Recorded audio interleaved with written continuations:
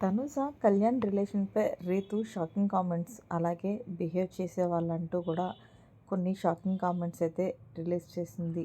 అవేంటో ఇప్పుడు చూద్దాం. తెలుగు బుల్లితెర ప్రేక్షకులకు సుపరిచితమైన నటి రీతు చౌదరి మరోసారి వార్తల్లో నిలిచింది. పలు సీరియల్స్ ద్వారా మంచి గుర్తింపు సంపాదించిన రీతు ఆ తర్వాత కామెడీ షో 'జబర్దస్త్' ద్వారా మరింత ఫ్యాన్ ఫాలోయింగ్ పెంచుకుంది. కెరీర్ పరంగా ఇండస్ట్రీలో బిజీగా కొనసాగుతున్న ఆమె సోషల్ మీడియాలో కూడా ఎంతో యాక్టివ్‌గా ఉంటూ భారీ ఆదరణ పొందుతున్నారు. ఈ క్రేజ్‌లోనే ఆమె 'బిగ్ బాస్' తెలుగు కంటెస్టెంట్‌గా పాల్గొని ప్రేక్షకుల దృష్టిని ఆకర్షించింది.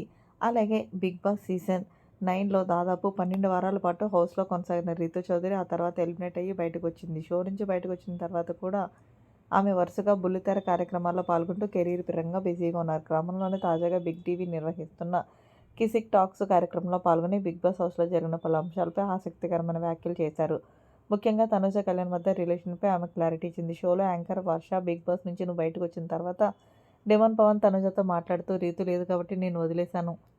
లేకపోతే ఇంకోలా ఉండేదని' అన్నాడు అని ప్రస్తావించగా రీతూ దీనిపై స్పందిస్తూ అసలు ఉద్దేశాన్ని వివరించారు. 'రీతూ లేకపోయేసరికి నువ్వు బతికిపోయావన్న అర్థంలోనే అతడు అన్నాడు. నిజానికి నేను హౌస్‌లో ఉన్నప్పుడు తనుజను ఎవరైనా ఏదైనా అనడానికి అవకాశం ఇచ్చేదాన్ని కాదు. నేను లేనప్పుడు పవన్ కాస్త వెటకారంగా మాట్లాడేవాడు.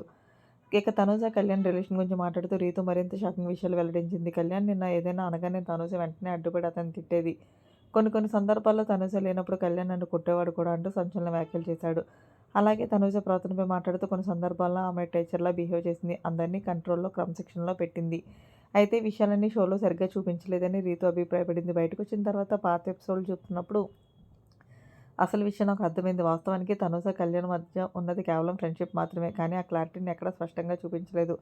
చివరి 2 వారాల్లో ఏదో చూపించినట్టు చూపించారు. ఇక తన గేమ్ జర్నీ గురించి మాట్లాడుతూ నేను మొదటి నుంచి టాప్ 5లో ఉంటానని నమ్మకం పెట్టుకున్నాను.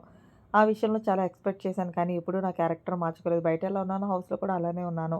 నా క్యారెక్టర్ నచ్చితే జనాలు ఓటేస్తారు. లేకపోతే పంపిస్తారని ఫిక్స్ అయ్యి ఫస్ట్ డే నుండి మైండ్ సెట్‌తోనే ఆడుతూనే ఉన్నాను. ప్రతి టాస్క్‌లో ముందుండేందుకు ప్రయత్నించేదాన్ని. గేమ్ గురించి పూర్తిగా తెలిసినా తెలియకపోయినా ఆడాలనే ధైర్యమే ముఖ్యమని రీతూ అభిప్రాయపడింది. ఆ గేమ్ మనకు పూర్తిగా వచ్చా లేదా అనేది కాదు.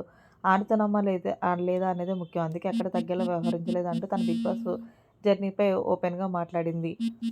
మరిన్ని లేటెస్ట్ అప్డేట్స్ కోసం మన ఛానెల్ సబ్స్క్రైబ్ చేసుకోండి. Thanks for watching. By by. Have a nice day.